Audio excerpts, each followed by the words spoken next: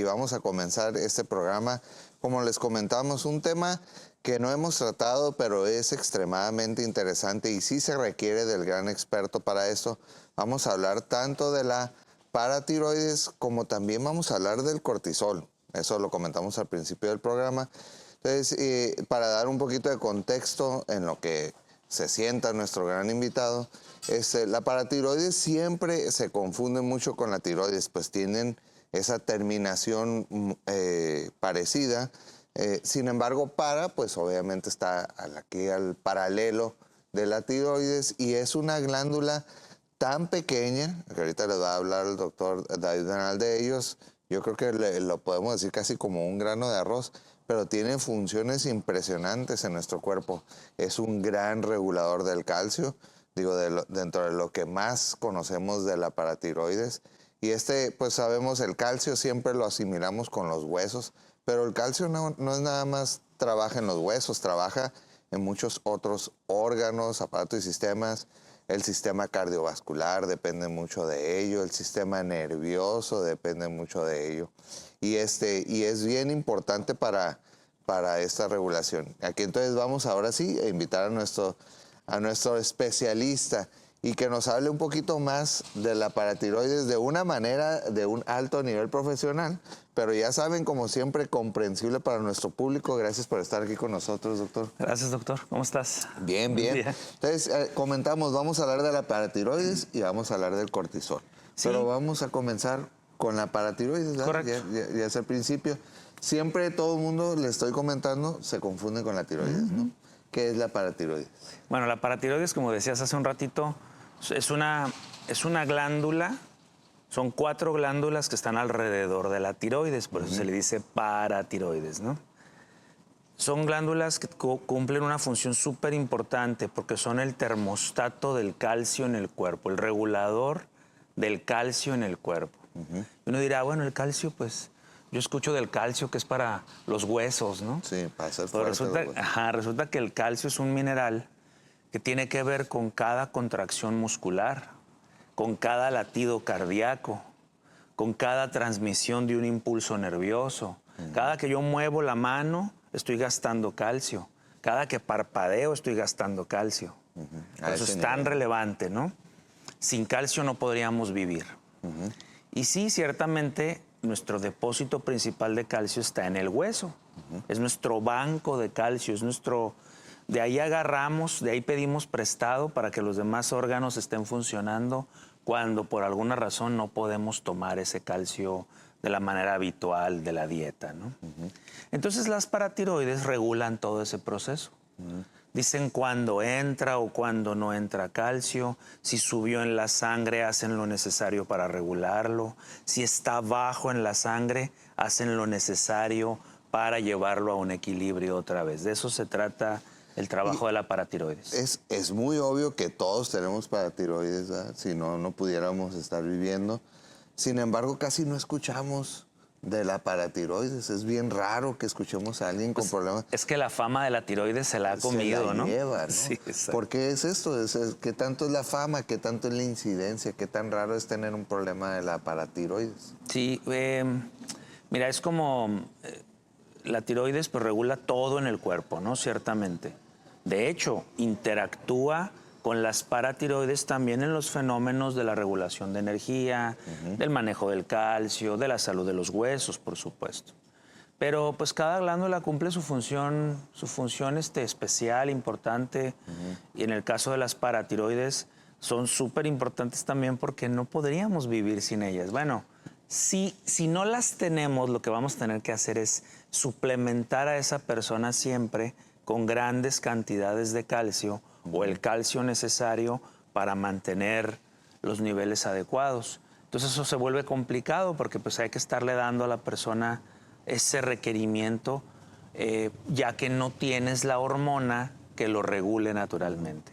Fíjate, le estaba comentando que son tan chiquitas estas glándulas de paratiroides y están al lado de la tiroides, que no es nada raro oír que de repente en una cirugía muy extensa de tiroides se vayan sin que el cirujano se dé cuenta que se las llevó.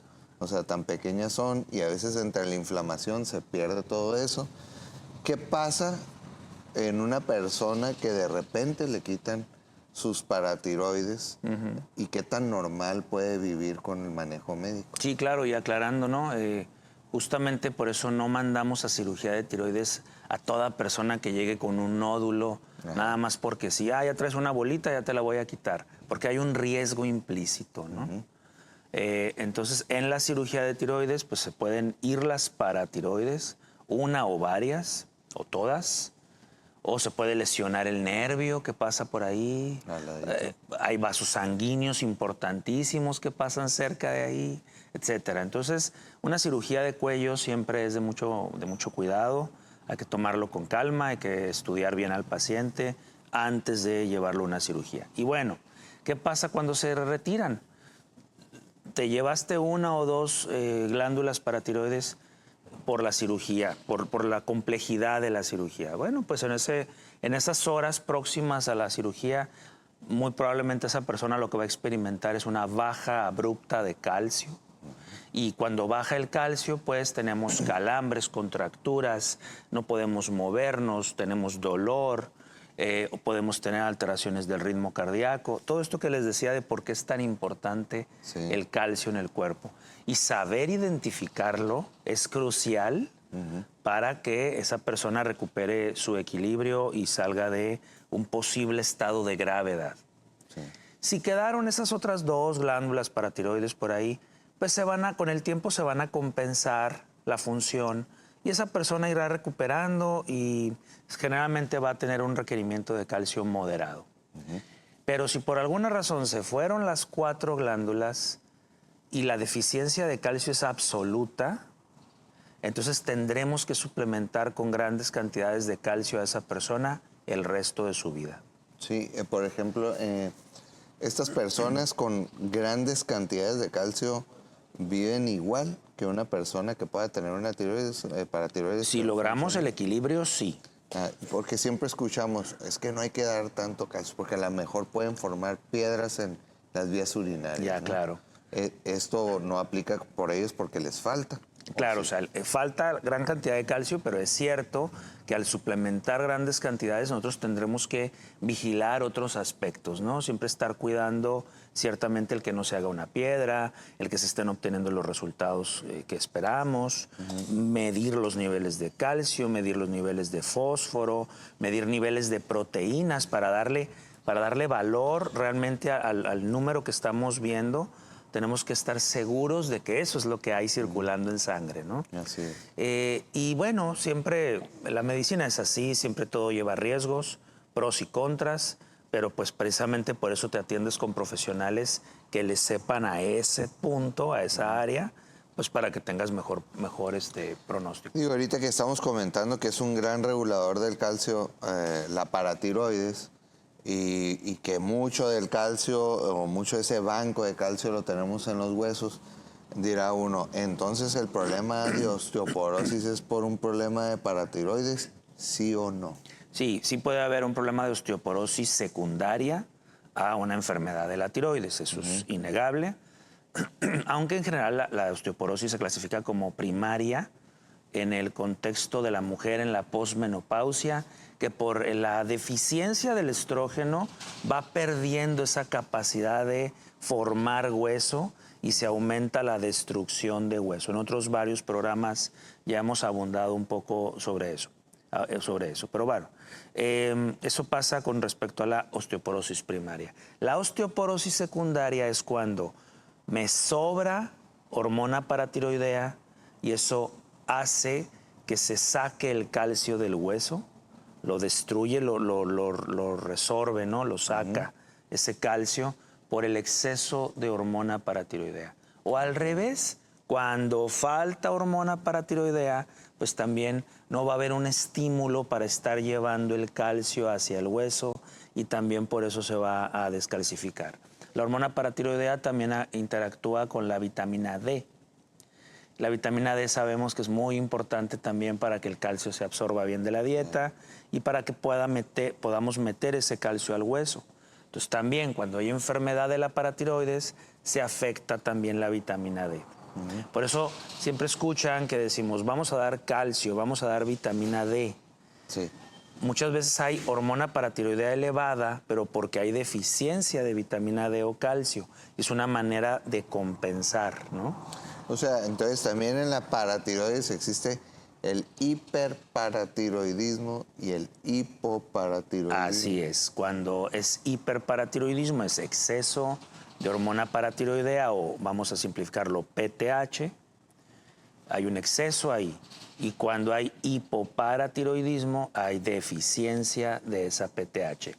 Y en esos dos extremos de enfermedad, pues los pacientes pueden sufrir más o menos las mismas cosas.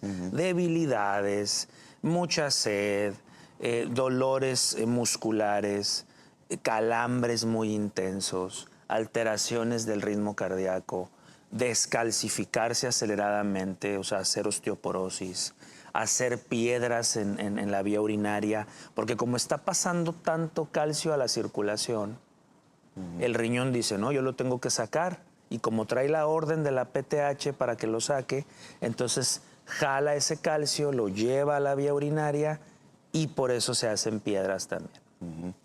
Entonces, en los dos extremos de la enfermedad se da toda esa situación y bueno, por eso de repente se vuelve complejo identificar exactamente en qué extremo de enfermedad está el paciente.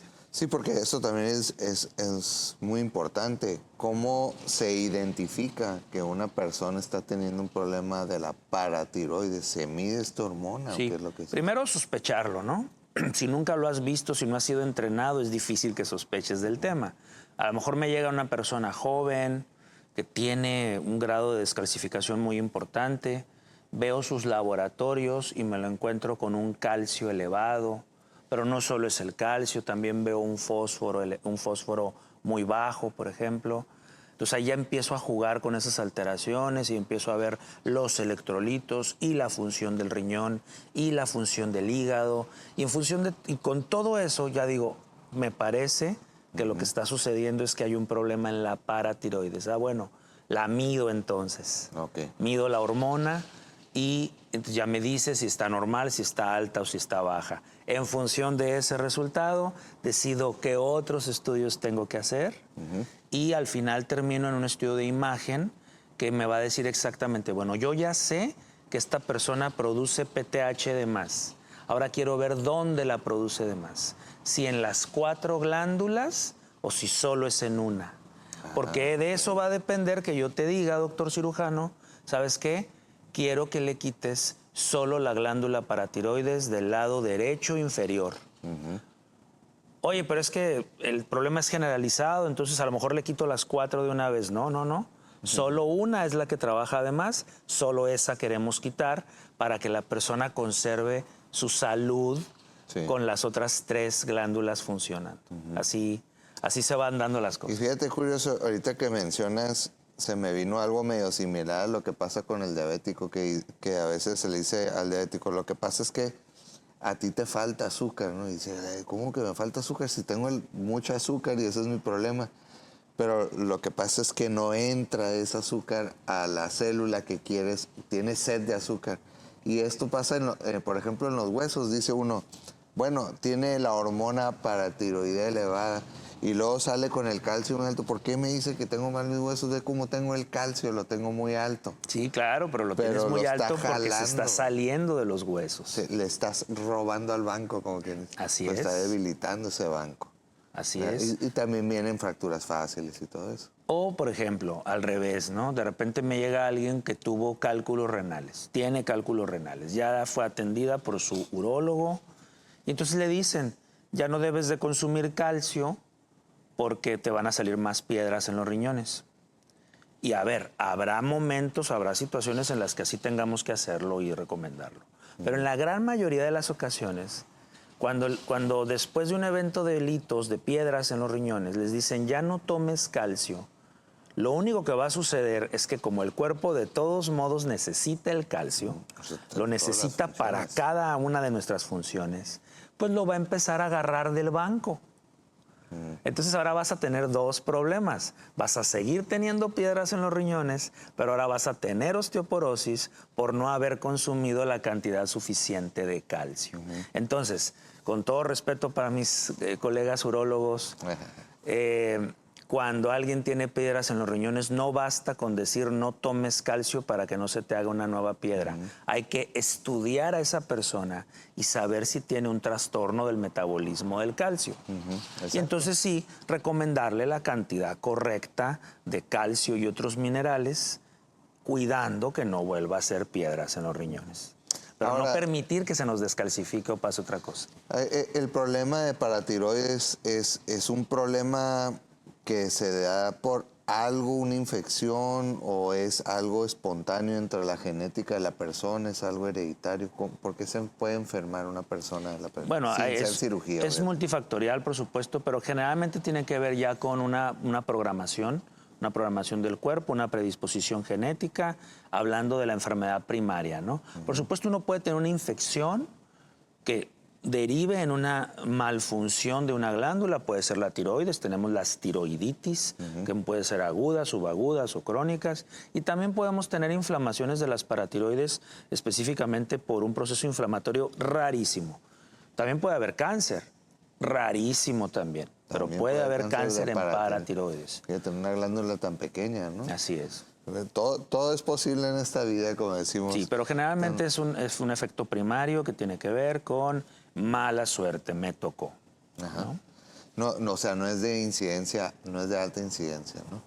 Cuando lo buscamos intencionadamente nos llevamos muchas sorpresas, ¿no? O sea, yo te puedo decir, yo veo todos los días por lo menos a un paciente diario con un trastorno de la paratiroides. Pero eso es porque yo me dedico a esto, Claro, ¿no? claro. Pero sin embargo, o sea, no es algo como que garbanzo al libro. O sea, sí existe. No, sí existe, por supuesto. A veces, de seguro, hay mucha gente que puede no saber que tiene ese problema y anda viviendo con muchos trastornos. Tal cual. Y eso pasa ahora también por la coexistencia con la deficiencia de la vitamina D, ¿no? Que eso es súper común también. Y bueno, por eso cuando los que nos dedicamos a osteoporosis, pues en el análisis de estos pacientes siempre estamos descartando otras causas secundarias de esa osteoporosis.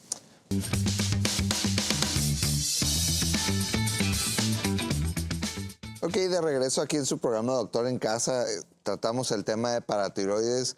Vamos a darle un girito al tema del cortisol con nuestro endocrinólogo. Y el cortisol es algo que escuchamos hoy, y yo creo que en los últimos 5 o 10 años muy común, ya que en redes sociales se ha asociado mucho el cortisol con la hormona, de ser la hormona del estrés, y probablemente hay muchos mitos alrededor de esta hormona. Al oír cuando es la hormona del estrés, pues automáticamente nuestra mente pensará, eso es malo, ¿eh? O sea, yo no quiero tener cortisol porque quiere decir que eso me estresa, o viceversa. No quiero estar estresado, que se me va a subir el cortisol y eso es malo. Ok, queremos saber la realidad del cortisol. Primero, ¿qué es? Sí, bueno, el cortisol es una hormona esteroidea. Esto quiere decir que deriva del colesterol. Otro, ¿no? Que dicen, es que tener colesterol es muy malo.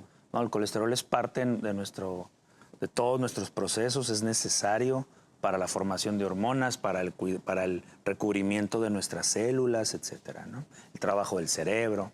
Entonces, bueno, pues también del colesterol deriva el cortisol, así como deriva del colesterol también las hormonas sexuales o la adrenalina, que todas son hormonas súper importantes, ¿no? Claro.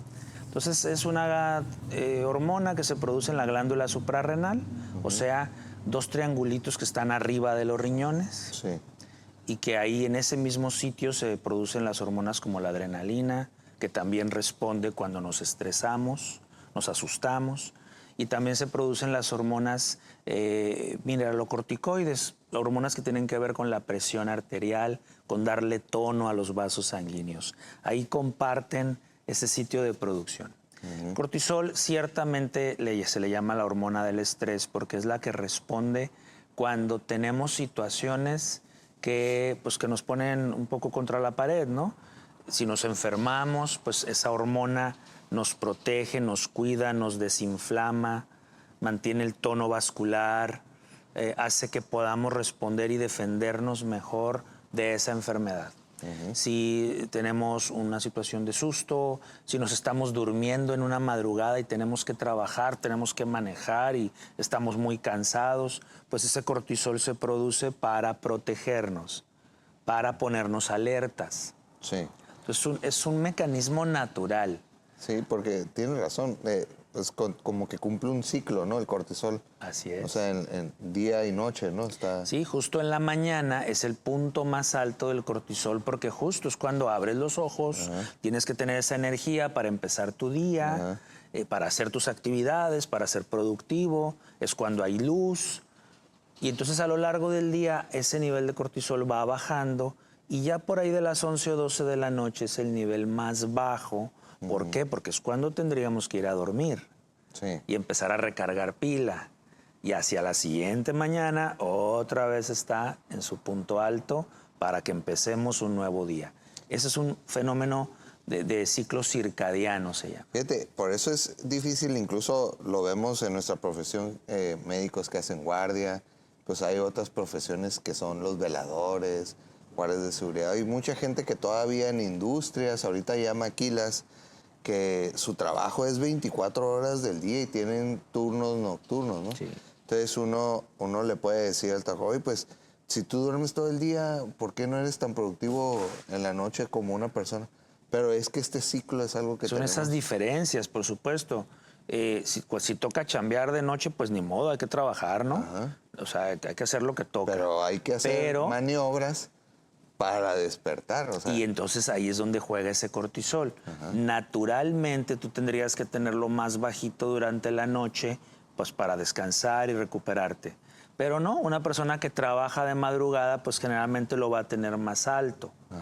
Por eso es cierto, las gentes que trabajan de noche o que tienen horarios muy cambiantes, sí pueden ser más susceptibles a ciertas enfermedades o a ganar peso, son muy susceptibles a la obesidad.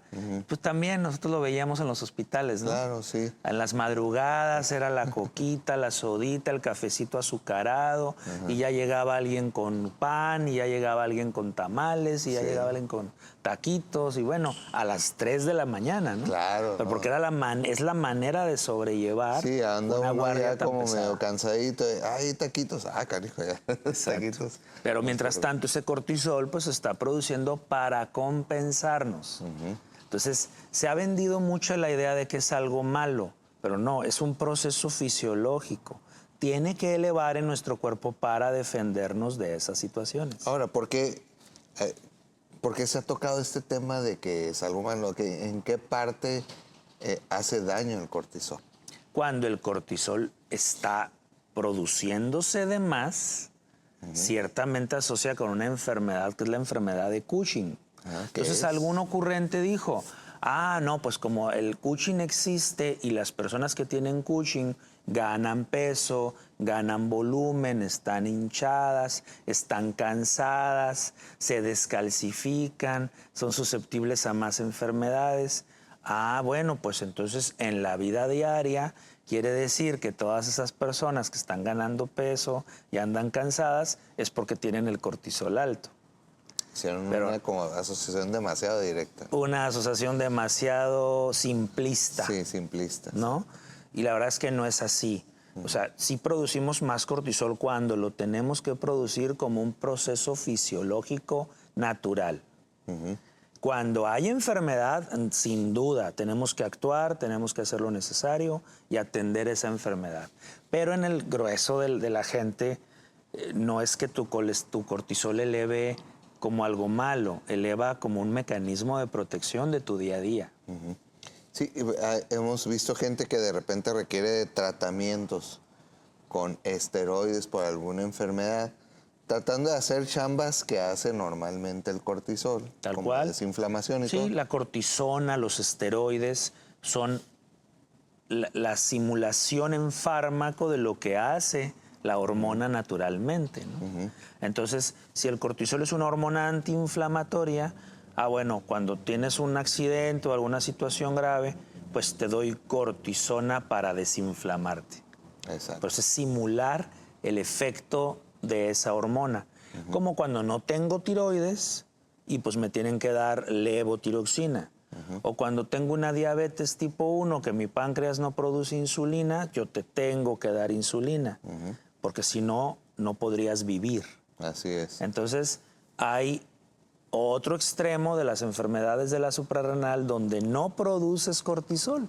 Entonces, imagínate, si nos fuéramos con esta idea de mucha gente de que el cortisol es malo y resulta que una persona tiene una enfermedad donde no produce suficiente cortisol, cuando yo le recete cortisona a un paciente, no va a faltar la comadre que le diga, eso te va a matar, eso te va a hacer daño. Y resulta que es todo lo contrario. Sin ese cortisol, sí que te mueres. ¿Qué pasa? O sea, ¿qué síntomas tiene una persona que le falta el cortisol? Una persona que le falta el cortisol, al revés, se adelgaza, cambia su coloración de la piel, se pone muy oscurita, está muy débil. Si le ataca una enfermedad, no tiene la capacidad de defenderse igual de esas enfermedades. Se alteran los electrolitos en el cuerpo, el sodio, el potasio, el volumen sanguíneo, la presión arterial baja.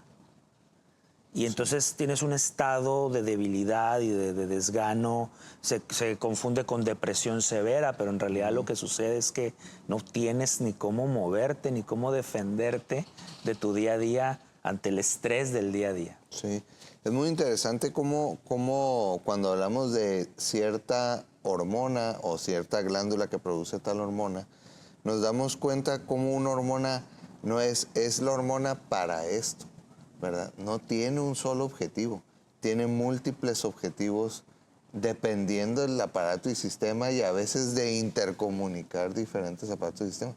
Por eso a veces la gente saca de onda, que no, estas hormonas es para esto nada más. No. Y por eso no es tan sencillo interpretar los ejes hormonales, ¿no? O sea, cuando quieres, yo veo muchas valoraciones, mediciones de cortisol. O sea, los mismos médicos, bueno, espero médicos, porque también veo nutriólogos y veo gentes de los gimnasios y todo el mundo anda midiendo el cortisol. O la persona llega al laboratorio y dice, quiero que me hagas el cortisol. Ni siquiera se mide así. O sea, lo miden de una manera muy simple. Para medir el cortisol yo tengo que medir otras hormonas, interrelacionarlas, saber a qué hora se toma la muestra. A veces decidiré hacerlo en la mañana, a veces en la tarde, o a veces de noche, o a veces con un cierto estímulo previo. A veces en vez de medirlo en sangre lo mediré en saliva o lo mediré en orina. O sea, hay muchas variantes para poder llegar al diagnóstico de enfermedad. Y no es solo llegar al laboratorio y pedirlo. Que está arriba o abajo. Ajá, no es como, es que está en 20, está alto, según quién. Es que está en 10, está bajo, según quién. ¿No? O sea, se interpreta diferente de acuerdo a la realidad de cada paciente. Entonces, las recomendaciones no se anden haciendo estudios que un profesional no les usted no pida. está sacando conclusiones por sí mismo, ¿no? Hay que ir con el especialista, sobre todo para un buen manejo, que es lo importante, ¿no?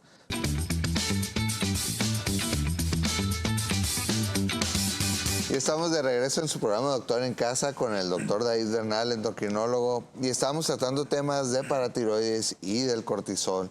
Y ahorita que estábamos hablando del cortisol, que también tratamos el estrés, sí se me vino a la mente una pregunta que ¿cómo sabemos si una persona realmente es un problema de estrés nada más o tiene realmente un problema hormonal? Pues hay que correlacionar varias situaciones que está viviendo la persona, ¿no? Por ejemplo, cómo sobrelleva ese estrés, cómo sobrelleva los cambios de ánimo, cómo sobrelleva la energía en el día a día, cómo se comporta su composición corporal, cómo está, cómo se comporta su grasita corporal en el cuerpo, dónde se está acumulando, porque es muy característica la acumulación de grasa cuando hay alteraciones del cortisol. Si está coexistiendo con otras situaciones, diabetes, hipertensión, otras enfermedades. De esa manera, juntando todos esos signos y síntomas, yo digo, ella o él tiene síndrome de Cushing.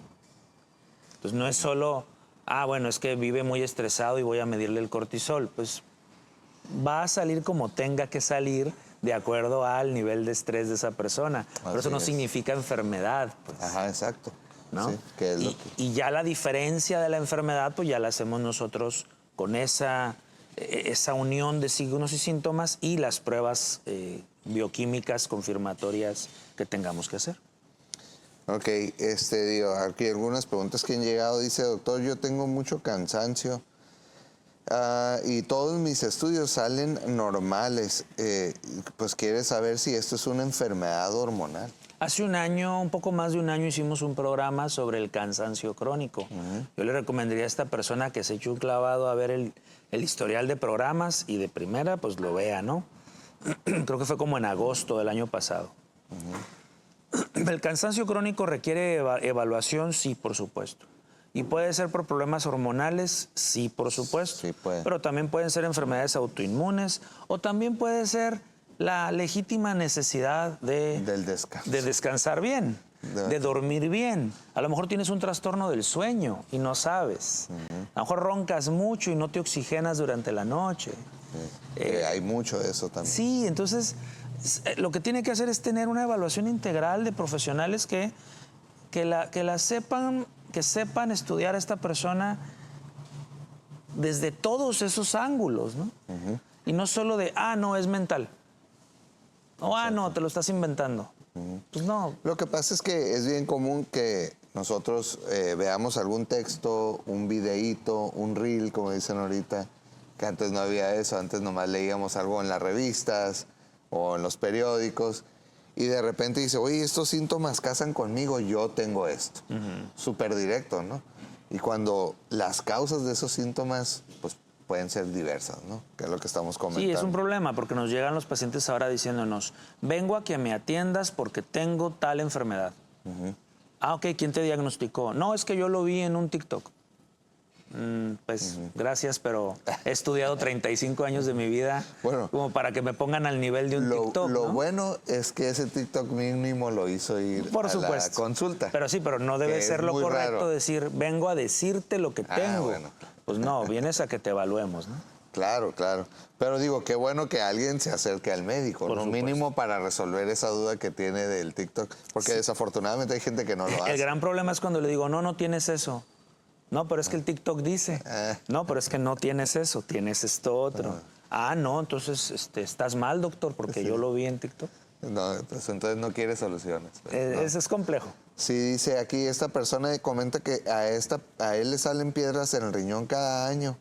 Entonces no le han pedido prueba de la paratiroides. ¿Cómo puede hacerse prueba de paratiroides? Pues tiene que acudir con un profesional que le estudie el trastorno del metabolismo del calcio. Endocrinólogos o internistas que tengan experiencia en este tipo de trastornos. Ajá. Que sí, obviamente, ¿no? Dice, tengo osteoporosis, otra persona, y apenas cumplí 45 años. No dice si es hombre o mujer, fíjate. Pero dice, pregunta que si esto es normal. Tanto si es hombre o es mujer, tener osteoporosis a los 45 años no es normal. De ninguna manera. Y también cómo llegó el diagnóstico, ¿no? Porque decidió hacerse el estudio, qué otra cosa le sucedía, ¿no? Porque generalmente no indicamos una densitometría sino hasta después de los 48, 50 años, coincidiendo con la menopausia de la mujer, o en el hombre hasta después de los 60. Entonces, si le hicieron una densitometría antes es porque estaban sospechando que algo está pasando con sus huesos. Claro. Entonces, bueno, la recomendación para esta persona es que se acerque a profesionales que sepan atender trastornos del metabolismo del calcio. Sí, no es que sea un problema de paratiroides, puede ser. Entre otras muchas cosas. Sí. Preguntan si alguien puede tener el calcio alto y no sentir nada. Sí, es muy común tener hipercalcemias, calcios altos, y que el cuerpo se vaya acostumbrando a eso, porque va compensando. Es como cuando la presión va subiendo y ni enterado, y hasta que ya traes 200 sobre 100 y ya te sientes muy mal, caes a un hospital. O la glucosa va elevando, no te enteras, los cambios que estás teniendo los consideras normales, pero es que el cuerpo está compensando. Sí, mira, fíjate, ahorita que estábamos hablando de enfermedad de Cushing, pero una persona dice, ¿el cortisol tiene influencia en la enfermedad de Addison? Pregunta. Sí, la enfermedad de Addison es lo que yo les decía, el otro extremo. Cuando no produces cortisol, cuando tienes deficiencia de estas hormonas, por una causa autoinmune. Tus glándulas suprarrenales no producen la cortisona propia. Sí. Y eso pone en riesgo a una persona. De enfermedades y todo eso. Así ¿no? es. De una persona, así es, ya. A mi mamá dice que desde hace años le duelen todos los huesos. ¿Esto puede ser un problema de paratiroides? Es parte de la evaluación integral. Sí, pues. Decir que alguien tiene dolor en todos los huesos pues ¿Qué edad es muy tiene la mamá inespecífico, también? porque para empezar un hueso no duele hasta que se fractura. Entonces no le duelen los huesos, le duelen las articulaciones, le duelen los músculos. No sé, hay que evaluar muchas cosas en ella. Pero sí, ciertamente haríamos una densitometría, haríamos mediciones hormonales y dentro de todo eso, pues seguramente mediríamos PTH si es que las alteraciones que voy encontrando me llevan a eso. Porque no es como para que, hey, todos váyanse a medir la PTH al laboratorio o váyanse a medir el cortisol, no es la idea, ¿no? Sino que los estudios se hagan bien estructurados como parte de un protocolo correcto. Y ahorita que comentas que no duele el hueso, pues si no estuviera, yo creo que no hubiera mucha osteoporosis si dolieran los huesos. La gente Claro, estuviera, te "Vamos atenderías a- más pronto". Vamos a revisarnos, ¿no? Claro. Es un problemón que no se siente nada. Pues. Así es. Yo tengo mucha ansiedad. ¿El cortisol puede ser causa de mi ansiedad? No, el cortisol es la consecuencia de tu ansiedad. O sea, el cortisol se está produciendo para defenderte de tu ansiedad, Ok. generalmente. Ajá. Cuando hay enfermedad que caracteriza elevación de cortisol, sí, la ansiedad y la depresión pueden ser parte de todo ese complejo porque tengo el cortisol alto como enfermedad. Pero en el otro contexto, ese cortisol discretamente alto es un mecanismo de protección. Ese es el concepto que yo quisiera cambiar, aunque sé que es muy cuesta arriba, pero bueno, lo intentamos. ¿El estrés del trabajo sube el cortisol? Lo sube fisiológicamente, sí, pero eso es lo correcto. Sí. Claro, Sí. porque tienes que lidiar con el trabajo. Cualquier estrés, ¿no? O sea, Claro, del trabajo. de y cualquier otras cosas. situación de vida. Ajá. O sea, es que, insisto, tenemos que buscar la manera de contrarrestar esta mala información de que el cortisol es malo. El cortisol es una hormona que producimos generalmente para cuidarnos, para protegernos, para ayudarnos a lidiar con todo ese estrés físico, mental, emocional que estamos sufriendo constantemente. Esta persona comenta que ha subido mucho de peso en su abdomen, pero sus piernas siguen delgadas y quiere saber si esto puede ser un síndrome de Cushing. Puede ser parte de un síndrome de Cushing, por supuesto. Pero ¿Tiene una característica? Sí, lo decía hace rato, ¿no? Acumulas grasa, sobre todo en el tronco, en el centro, y en los brazos, y en la espalda, y en el cuello, en la nuca. Esto te hace una jiba. Sí. Acumulas mucha grasita en el centro. Y las piernas y los brazos se quedan más delgaditos. Sí. Ok, ¿eso puede ser parte de una enfermedad? Sí. Pero también es cierto que una mujer en posmenopausia sin estrógenos también empieza a acumular grasita naturalmente en el abdomen. Ok. Y también es cierto que hay personas que por su fisonomía tienden a acumular grasita en zonas específicas. Sí, puedes ver a la familia, ¿no? Es Ah, correcto. canijo, todos Entonces, tienen la esta misma forma. persona, lo que le puedo decir es que requiere evaluación, sí, definitivamente que sí. Aquí preguntan si hay suplementos que pueden funcionar para bajar el cortisol. No me interesaría bajar el cortisol que sea fisiológico. Pero pues Bueno, hay suplementos ya, para estar porque- más sanos, sí, claro. Sí, Pero pues, no, esto que andan y diciendo nutrición, de la y ejercicio. ashwagandha. Y el ejercicio tiene un impacto positivo. Por supuesto. O sea, cuando tú haces ejercicio, elevas cortisol. Ah, ok. Elevas cortisol en el momento, y luego por eso dicen, no falta el ocurrente. El otro día escuché una barbaridad también en redes, ¿no? De que no es bueno hacer ejercicio porque eleva tu cortisol. Pues sí, sí eleva tu cortisol porque en ese momento estás teniendo una agresión. Recuerden que el ejercicio es una agresión. Pero eso en ese momento te está protegiendo y te está ayudando a sobrellevar esa mayor carga, ese momento difícil. Porque ¿qué no será de difícil de andar levantando el doble de tu peso, ¿no? Bueno, ojalá llegáramos a eso. Pero ya después, cuando pasa ese estrés, ese cortisol se regula y ese mismo ejercicio es el que te ayuda a después poder lidiar mejor con todas las situaciones de vida sin necesidad de que el cortisol esté interviniendo para defenderte. Ajá. Ok. Ahora vamos con algunas preguntas aquí acumuladas. Dice esta persona que si las estrías moradas son diferentes de las del embarazo. Digo, no sé aquí. Sí, lo que pasa es que lo preguntan porque en el síndrome de Cushing es muy característico tener estrías grandes, moradas, rojizas. Son muy características de la enfermedad. En cambio, las estrías de un embarazo o de simplemente ganar peso, pues son estrías delgaditas, blanquecinas. Esas, esas no tienen lío, esas son propias de los cambios que todos tenemos por la edad y por los cambios de la piel.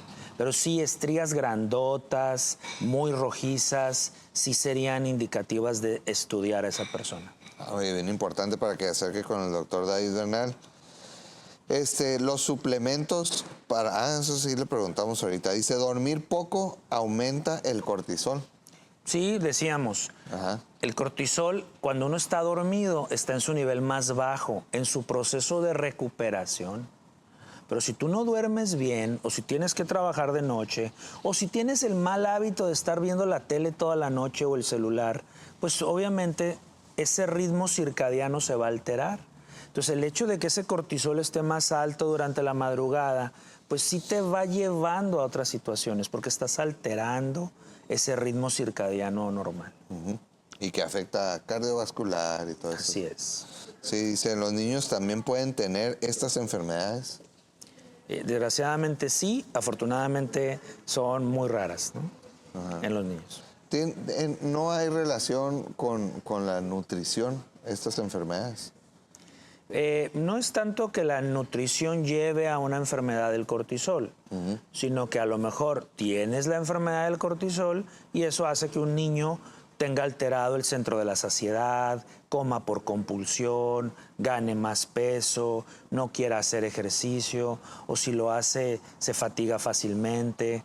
Entonces, pues bueno, más bien es la enfermedad la que está afectando todo el entorno también de ese niño. Pero pues con los adultos pasa igual, ¿no? Sí, incluso aunque una persona que tenga obesidad, se tiene que ir a revisar con el endocrinólogo. O sea, tiene que checar esto, si es realmente la obesidad como tal o una enfermedad causando un trastorno en esta persona, ¿no? Dice aquí que si el exceso de calcio también puede producir pérdida de la memoria. Sí, las alteraciones del calcio, ya sea arriba o ya sea abajo, también afectan las funciones cerebrales y neurológicas. Por eso puedes tener neuropatías, alteraciones de la sensibilidad, dolor, se puede ver como que se duerme un poquito la mano y todo eso. Así es. Mucho para la transmisión. Es nerviosa. Correcto. La depresión puede ser un problema hormonal. Una persona. Pues sí, lo hemos comentado, ahorita, ¿no? Lo hemos comentado. Obviamente hay que hacer esa diferenciación entre si es depresión real o una consecuencia de un trastorno hormonal no atendido. Bueno, voy a aprovechar como una última pregunta porque sí es bien importante. Aquí dice, ¿y cada cuándo debemos hacernos estudios hormonales? Cada que su médico profesional que sabe del tema considere pedirles. Sí, no es como, voy a ir al laboratorio a hacerme cosas, no. Exacto. Te lo tiene que pedir un médico que sepa qué pedirte. Y nuevamente, no basta con ir al nutriólogo y para que te pidan estudios, él no sabe, no es médico. Y a veces no basta ser médico porque hay ciertas enfermedades, ciertas patologías que requieren abordajes específicos.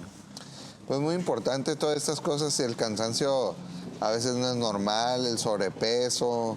Si usted tiene dudas, se le hormiguean, como ahorita estamos hablando cosas, y le ha dado muchas vueltas. ¿Por qué no ir con el experto, con el profesional, el doctor David Bernal? ¿Dónde lo pueden encontrar? Bueno, yo estoy en Casa de las Américas 110, en Núcleo Médico Integrativo, allá a una cuadra de Justo Sierra. Sí, en redes sociales también se pueden Doctor encontrar. David Bernal, endocrinólogo, en Facebook y en Instagram. Sí, tiene un staff médico muy profesional y sobre todo para aquellas personas que batallan, porque siempre se dice, se batalla con los endocrinólogos, como que hay muy pocos en la ciudad. Pues somos muy pocos en el mundo, pero la ventaja es que yo trabajo como equipo, ¿no? Ajá. Entonces de esa manera podemos atender a más pacientes a tiempo. Bueno, pues muchas gracias y ya saben, este programa se va a repetir el día domingo a la 1 de la tarde y en Facebook, ahí están todos los programas de Doctor en Nuestra Casa. invitada. Ya casi 5 años, una invitada especial, aquí la hija del doctor David Bernal, vamos a ver si va a ser futura médico. Sí, ¿no? Tú sí. Nos vemos, Gracias. bye bye, buen día.